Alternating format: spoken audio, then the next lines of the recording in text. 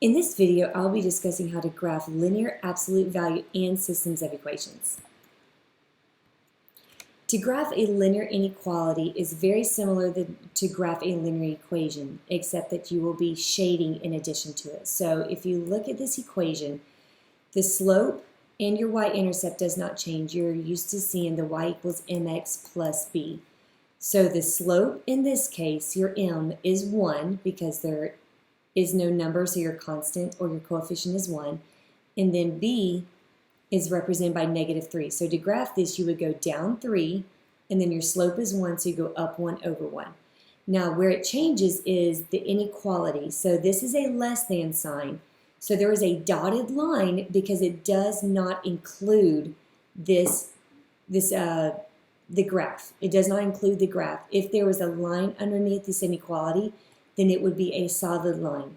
There's not, so you put a dotted line. And then all of the y values are less than this graph, and so that is why you shade everything below the graph. To graph an absolute value inequality, you would graph the absolute value. Remember, it is a v because it's absolute value. And don't forget, because this number is inside, this means you move it left or right, and you go in the opposite direction. This is a -3, which means you actually go to the right 3.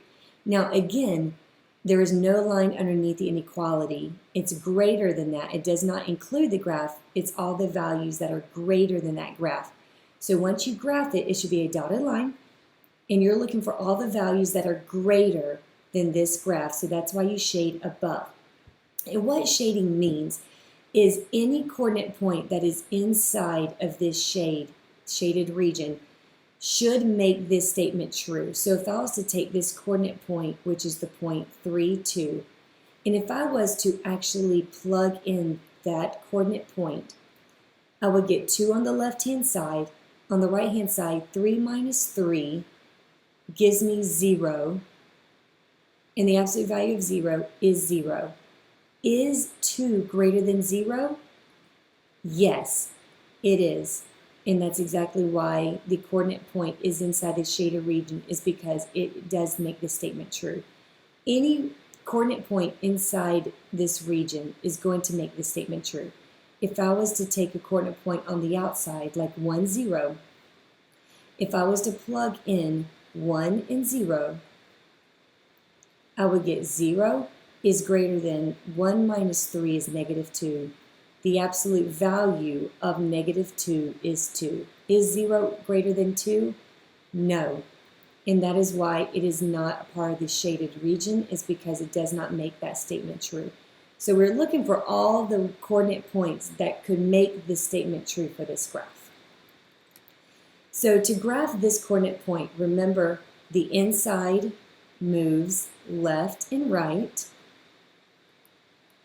and in the opposite direction. A +1 means you actually go to the left 1, and the +4 does mean that you go up and down, exactly what it says. +4 means I actually move up 4, and I put a dot. This is an absolute value, which means it is a V. It is a solid V because there's a line underneath. Now, it asks for everything that is shaded less than this graph. So all of the y values are less than the graph. So you're looking for everything below the graph. And then you can also put in a coordinate point to make sure it works. So let's put in the coordinate point 0, 0. If I plug 0 in for y and I plug 0 in for x, we want to make sure that that statement is true. The absolute value of 1 is 1, and 1 plus 4 is 5. Is 0 less than or equal to 5? Yes, it is. And so therefore it did work because it was shaded, and so we made that statement true. Also graph compound inequalities. So if I had -4 is less than y is less than 3, then they would be horizontal lines because there's no x value, which means the slope is 0. And you're going from everything in between -4 and 3. They are dotted lines because it does not include -4 or 3, and you would shade everything in between. So if I was to plug in this coordinate point, for example, 0, 0, there is no x value to be able to plug into, but if I plugged in 0 for y, is 0 in between -4 and 3? Yes. So therefore, the shading did work. You also can graph systems of equations. So you would graph each line,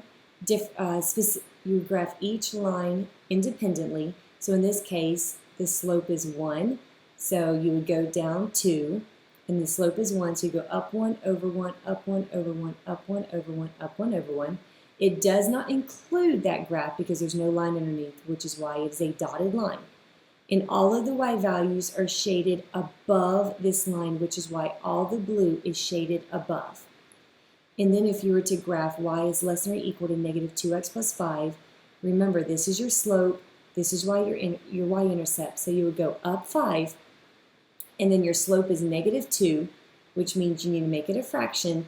You would go down 2 over 1, down 2 over 1, down 2 over 1. It is a solid line because the inequality is equal to it. And then you're looking for all the values that are below or less than this line. So you will shade everything below this line. And then where the graphs, the shading overlaps, is going to be your coordinate points that work. So if I was to take, again, 0, 0, it is shaded for both sets. It is overlapping.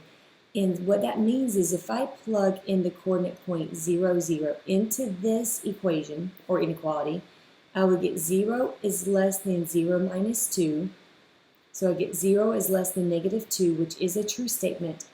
And if I plugged in 0 here, I would get 0 is less than or equal to 0 plus 5. And 0 is less than or equal to 5. So therefore, this coordinate point made both of these statements true. This coordinate point would only make this statement true. This statement would not be true. Same thing down here. If I was to take this coordinate point, it would make this statement true, but not this one. Only where they overlap would make both statements true.